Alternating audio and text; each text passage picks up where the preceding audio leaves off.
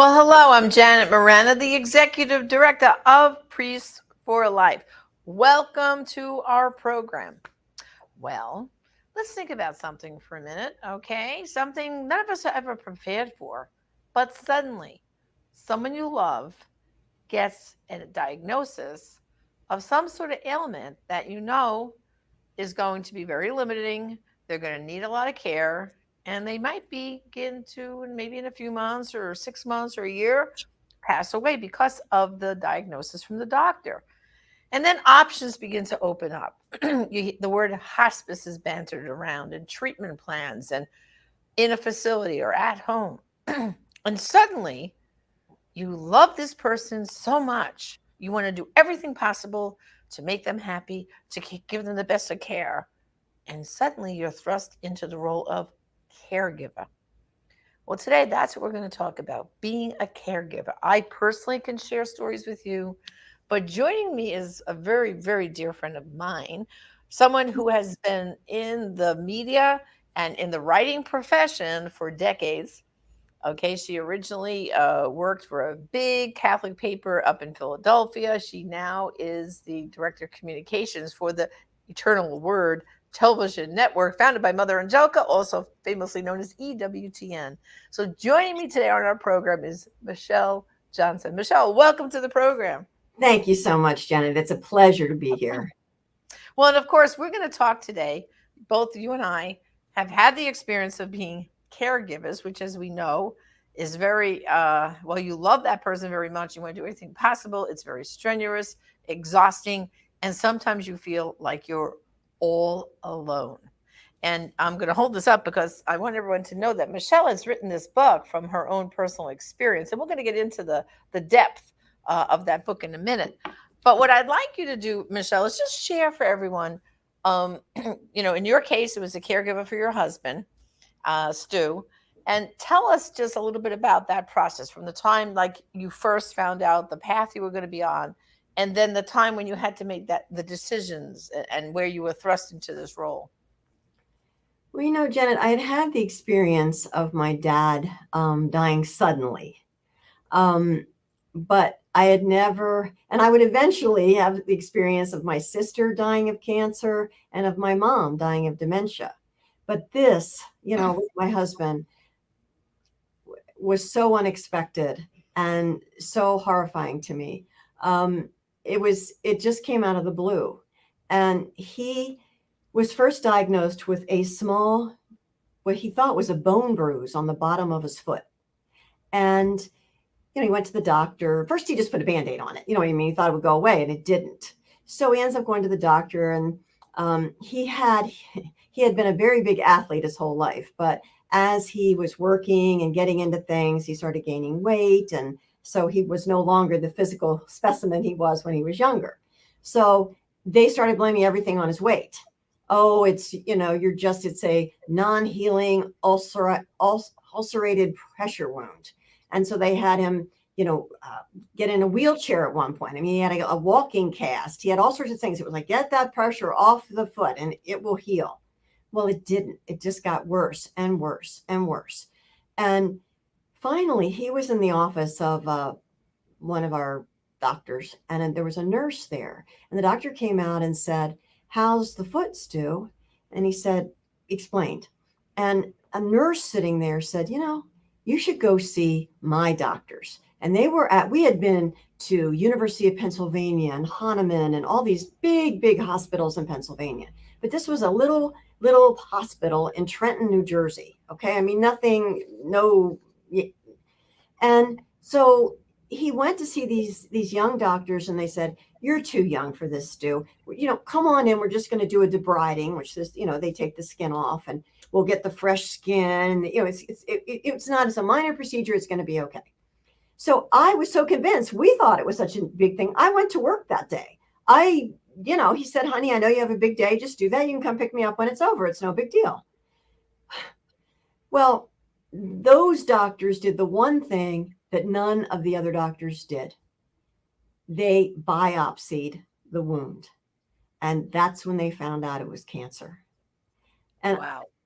I was so shocked when he called me because he calls me like, "Oh, hi, hon. How's it going?" And because he was so shocked, he just blurted it out. It's cancer.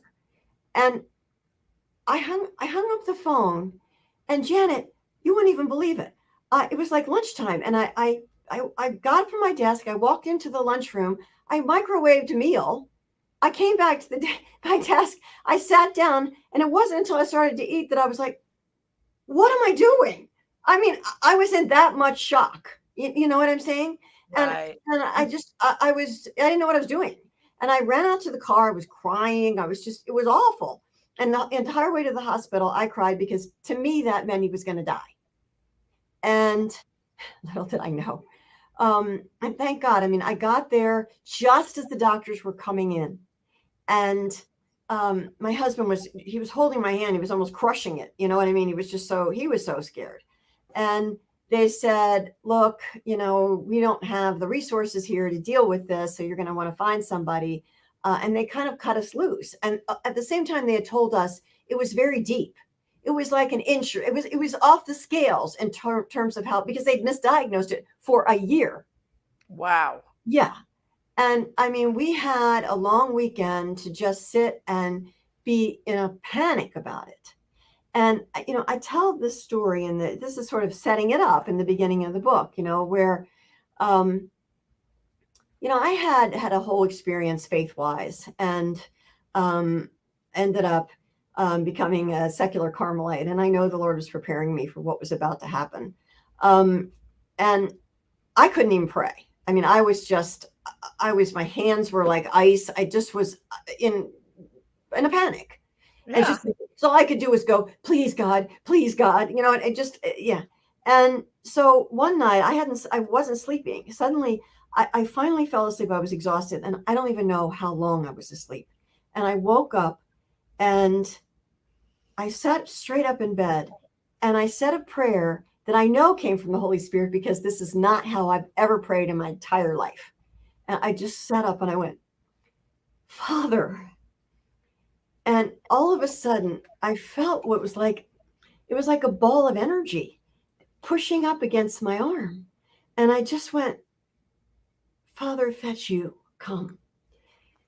And honey, all I can tell you is I had this like explosion of joy.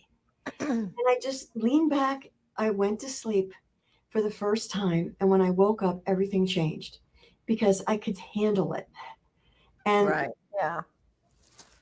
So what happened next? I mean, what kind of cancer was it, and how long was this illness that it went on for? melanoma, it was the first of 3 bouts of cancer that he would have over 8 years. Over Wow. those years, he not only had that, he had leukemia. And then when they cured that, they basically zeroed out his immune system, and the melanoma came roaring back. And over that time, he would have his leg amputated, and he would become a quadriplegic. So a lot happened. And, Wow. and he died. And, I want people to know, I mean, the problem with what's happening in our world right now is that so many people think, well, it's all going to be, you should end it because it's just going to all be horrible from then on. Because what I described to you was terrible. You know what I mean? What happened was Right. terrible. But so many incredible things happened during those 8 years. We got so much closer. Our love got so much stronger. When you fight a battle together, it's like, soldiers in a foxhole or something. You know what I mean? Or the NASA Right. astronauts who there's a team. Your love gets stronger, and the things. Your good times are not over. And I wanted to write this book because I wanted people to understand what it's like to go through it, to fight the battle, to have someone like hold your hand, like to think through all the various things. Because I tried to put in there everything. I did not sugarcoat anything. But you'll see in there's chapters about, the joy that we had, the fun times that we had, the conversations we had. At one point, though, where he had a surgery on the back of his neck because he was losing his ability to move. And this doctor had said he could fix him. And supposedly the surgery went well. And so we were happy because we thought he was going to get better. And Right. we were in the atrium of a hospital, and we were by ourselves for the first time. There was no one around. And that day, married couples usually after a while, you've been married a long time, you feel like you've heard your loved one's stories, right? You know them all. Well, my husband had been aboard a ship when he was in the Navy when in his younger years, 10 years. And it was a nuclear powered ship, which he couldn't tell me at the time, but it had been decommissioned at that point, and things were, so he could reveal things he hadn't revealed in the past. And he told me some stories about things that he had done on that ship that were fascinating to me. I mean, one of them was really amazing. He was in a frigate and there was a carrier in the middle, right? And the frigates are protecting the carrier. And they announced that they were going to, I'm saying this not in nautical terms, I'm saying this in layman's terms, right? The carrier announced that they were going to turn right. Okay. That's not how you say it. But, and my husband, who grew up on boats, was up on the deck, fortunately, and he was staring at the ship. And he said to the captain, "They're not turning right. They're turning left."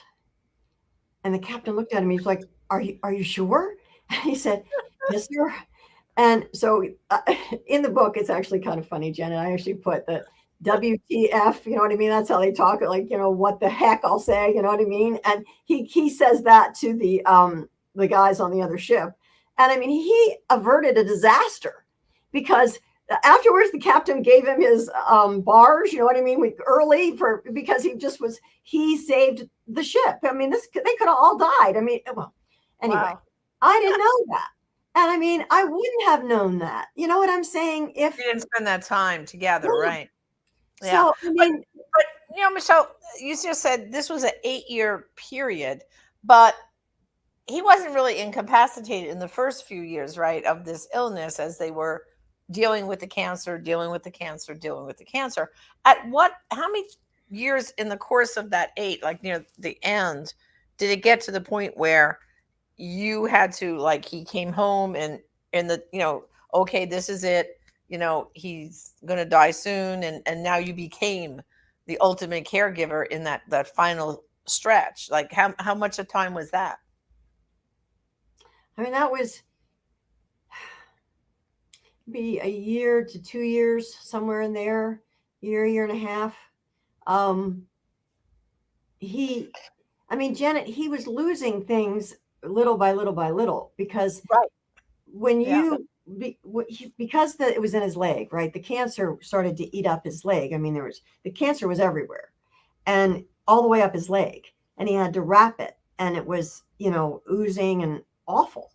And so, and because they had removed 26 lymph nodes from his groin in an attempt to get it under control, his leg swelled up to like 3 times its normal size. So that happened really early on. And, so that was one of the first big things. And, I remember, and this is part of what I talk about in the book. I was standing outside his room, and I knew I had to go in and wrap it. And humanly, I didn't want to do it. Right. And I remember standing there, and again, see, this is where God kept coming in. God. I just got the grace, again, not the way I normally pray. And I just threw it up there. Divine Physician, help me. And honey, it was like immediately I got the grace. And I just went in and I said, honey, let's do this. And he was like, "I'm so sorry I have to put you through this." And I was like, "It's not a problem." And it wasn't. At that moment, it wasn't. Right. Thanks be to God. Yeah, I'm going to remind everyone we're talking to Michelle Johnson, and the book is Walking the Way of the Cross for Caregivers. And I endorse the book, of course, as being a caregiver for multiple family members. I know I said I wish I had this as something to spiritually enrich me when you're going through the hard times. I mean, I can remember being I was a caregiver helping with my father-in-law, then eventually my mother-in-law, my brother, and my mother. I mean, and and my dad. And the joke of the family is they always die on my watch. It's like Because, sometimes if you're lucky enough, you have another family member too to kind of alternate with you. But I always seem to be the one that they die when I'm holding Well, their you were the hand. one caring for him, Janet, so that's going to be what happens. So the joke is, if you really need to go out of your misery and you've been suffering enough, just call Janet to come and pray by your bedside, because then the Lord will take you. Don't worry. She's got a good track record. It's sad, but it's true. And what you're talking about there, like, oh my gosh, I got to go in and do that. I'm sure a lot of people who have been caregivers can understand that, because the care that when you take the responsibility to say, no, I don't want my loved one, dying their last few months or whatever in a hospital or a hospice or with other people all around them, and the noises and the machines. No, I'll bring them home and we'll do what we have to do. We'll make it happen. But make it happen? Oh my goodness. What the medical profession expects us lay people to do without not one nursing course is just mind boggling, right? So I can relate when you said, oh, I got to go do that now, because I can think of a whole long list of things that for all the different people we had to do. I'll never forget with my brother, he was on these IV treatments. Yeah. And they expect you to change the IV. Like, the nurse comes in a hospital and she does it. And oh, how nice, click, click. But then the critical part is when you have to get that port and you got to connect the tube to that. Well, you got to make sure there's no air bubbles in that line, or that you could stroke them out and kill them. It's like, And I remember every time I would go to do that, I would feel like the weight of the world on my shoulders at that moment, saying, okay, Janet, don't screw up, make sure, do it right, get it right. And sometimes another relative would be in the next room yelling into me going, make sure you do it right now. It's like, well, thanks for the pressure.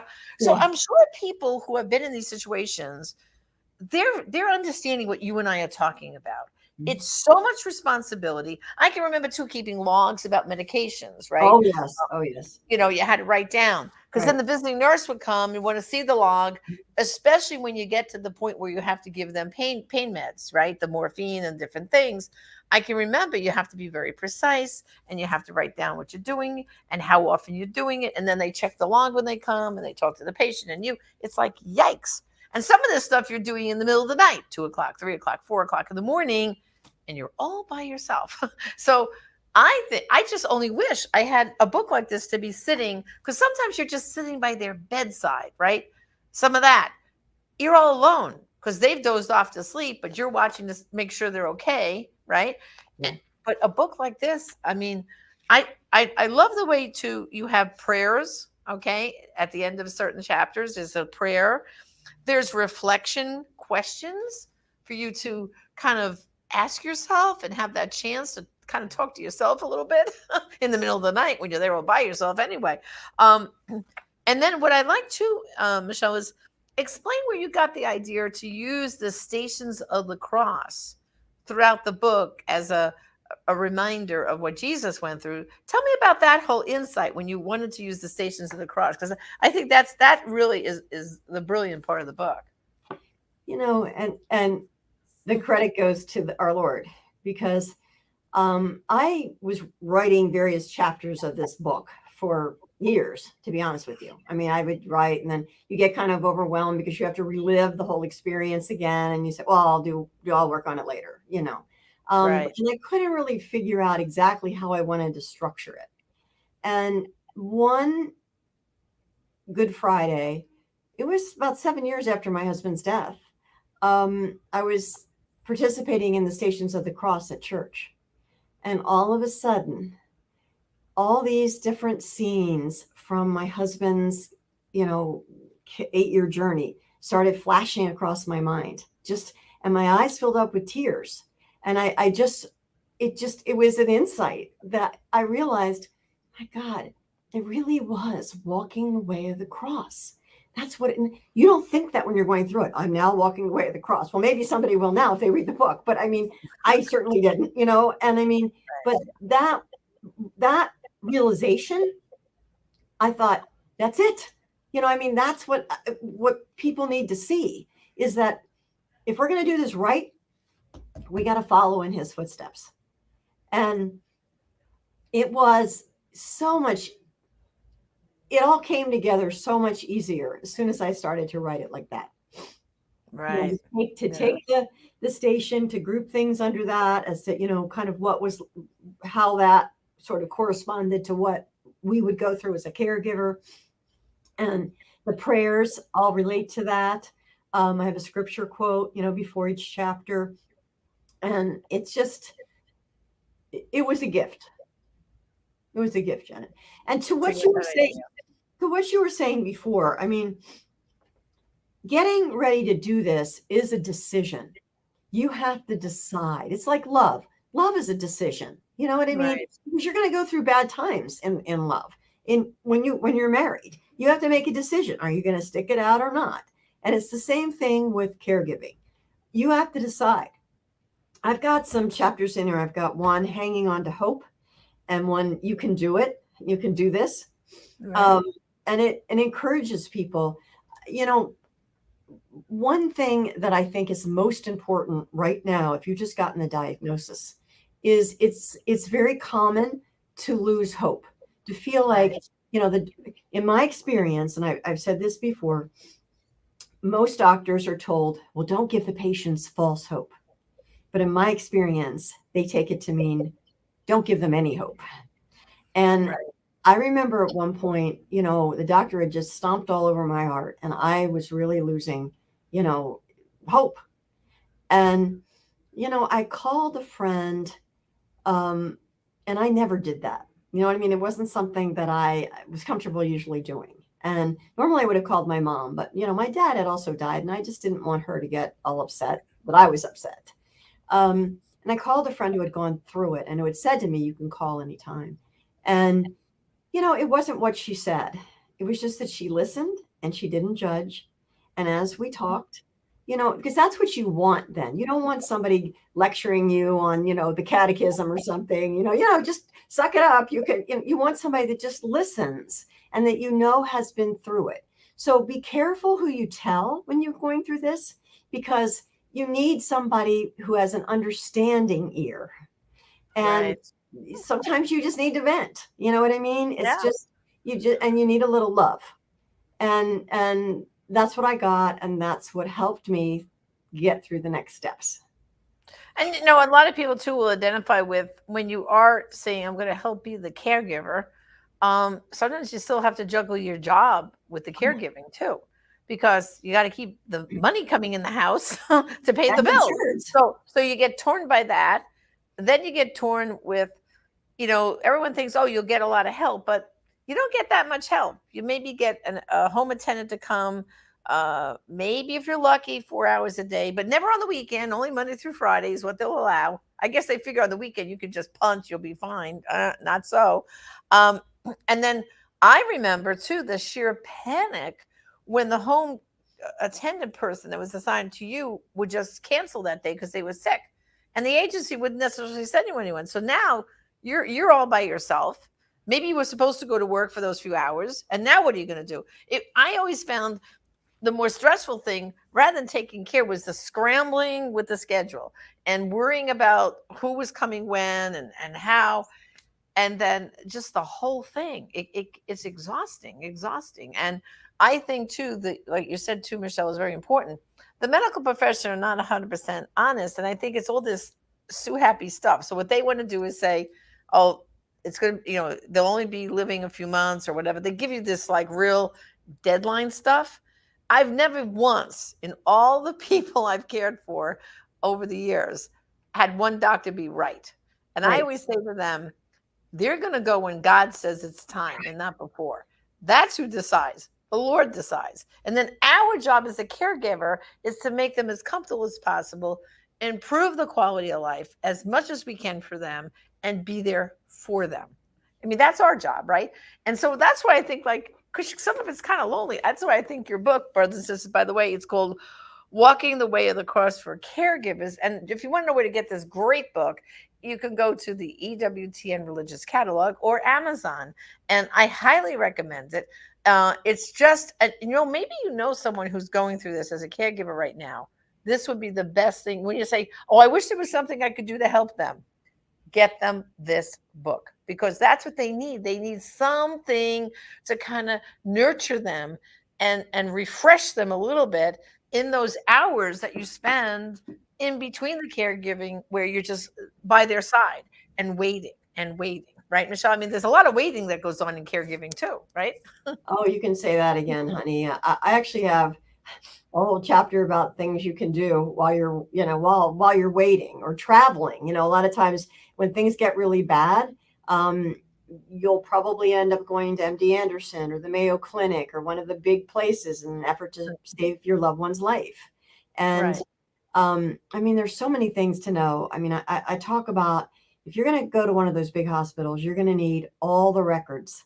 If you haven't gotten them as you go, it's going to be harder. So Right. whenever you go into a doctor's office and something's happened, get the record, x-rays, CAT Right. scans, MRIs, whatever. But the whole chapter talks about everything from, if you have to stay in a hotel at one of these places, how to save money, how to, is there a hotel connected to the hospital? We didn't even know that was available in many places. Right. And the good thing about that is they'll do a lot of the tests right in the lobby, But I mean, I talk about the kinds of things you should look for and the things you can do while you're waiting. I mean, I remember Yeah. feeling, we traveled down to MD Anderson, and it was a 10-hour drive, not including stops. So we usually Wow. would, it was long. And, Yeah. you know, and I was trying to work, on my computer in the car. And I mean, we would sometimes stop. We would try to get into a restaurant where I could get an internet connection. I mean, Right. but we learned to do things like, I remember my husband, we would turn on the music, and he loved to pretend he was directing, the orchestra. Just silly things, Right. if you're going to read something light, read something fun, because it's all so heavy. I mean, Right. something that will take you away from where you are. If you have a hobby, figure out what you can do. If you get a hotel where they have a little gym, or if they have an outdoor area where you can take a walk, it's great to get outside the hospittal walls. Oh, absolutely. I know that. But another thing that I think is important, when you get to that point where you've brought them home to die, as you know, that you get to that point where the medical profession says, well, this is it, this is it, no more treatment, blah blah. I can remember with my mother, one of the things I did on my shift, I would start asking her about our family tree. And I took this giant manila folder and a ruler I had and a pencil, and I started drawing the family tree. And then I would go back, see how far she could go back. And then I would ask her, well, tell me about that great grandma. Tell me about that great grandma. What did she do? What was her life like? I found out some of the most crazy, incredible things. Like, I had a great grandmother who was a seamstress for the Roosevelt family. Oh my goodness. Yeah. I mean, I found out like all these intricate little details, about relatives. And I'm the only person in the entire family that has this thing. And I'm still trying to figure out I'm going to have to bring it to some place where they have a giant copy machine to copy it.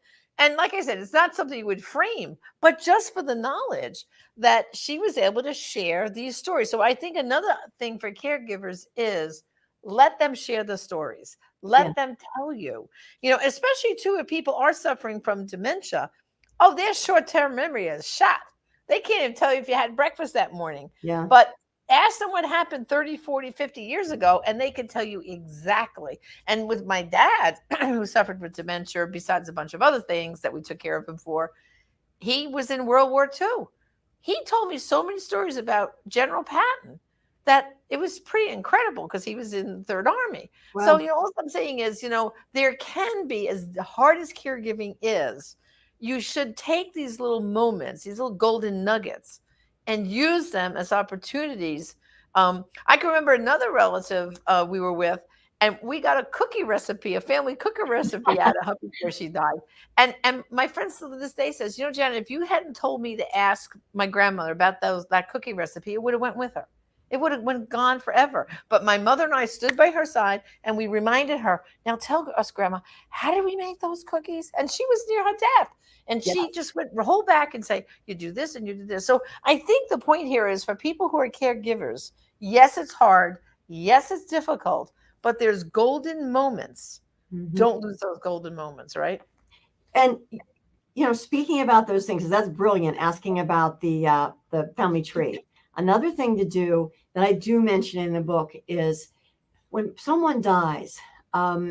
What happens a lot is there are regrets. For people will say, I didn't say I was sorry, or I didn't forgive them for something, or I Right. didn't thank them for something.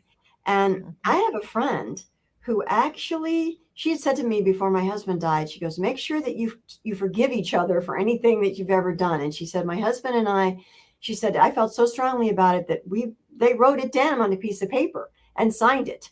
And she said, Right. that way, anytime she thought about it later, she could go to that piece of paper and go, that's right, we forgave each other. And I thought that was Yeah, interesting. and even if they're unconscious, I always tell people talk to them. They many times, even though they're unconscious, they can still hear you. They hear Yes. what you're saying, and don't make the room quiet. Have music playing, and then talk to them. Make it as alive as possible. So, but again, the wonderful, wonderful book is "Walking the Way of the Cross" for caregivers. Available at Amazon or the EWTN Religious Catalog. I have my copy, and anyone you want to do something for any friend who's being a caregiver right now, this is the best gift you could give them.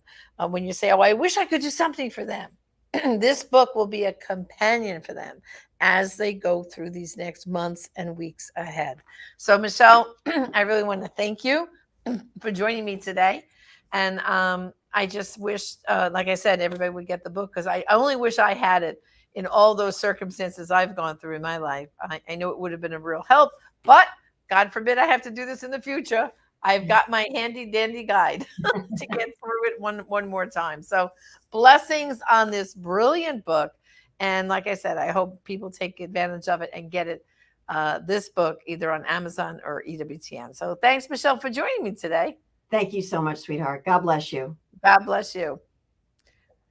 Well, brothers and sisters, I hope you found this discussion helpful because, end of life issues are very important.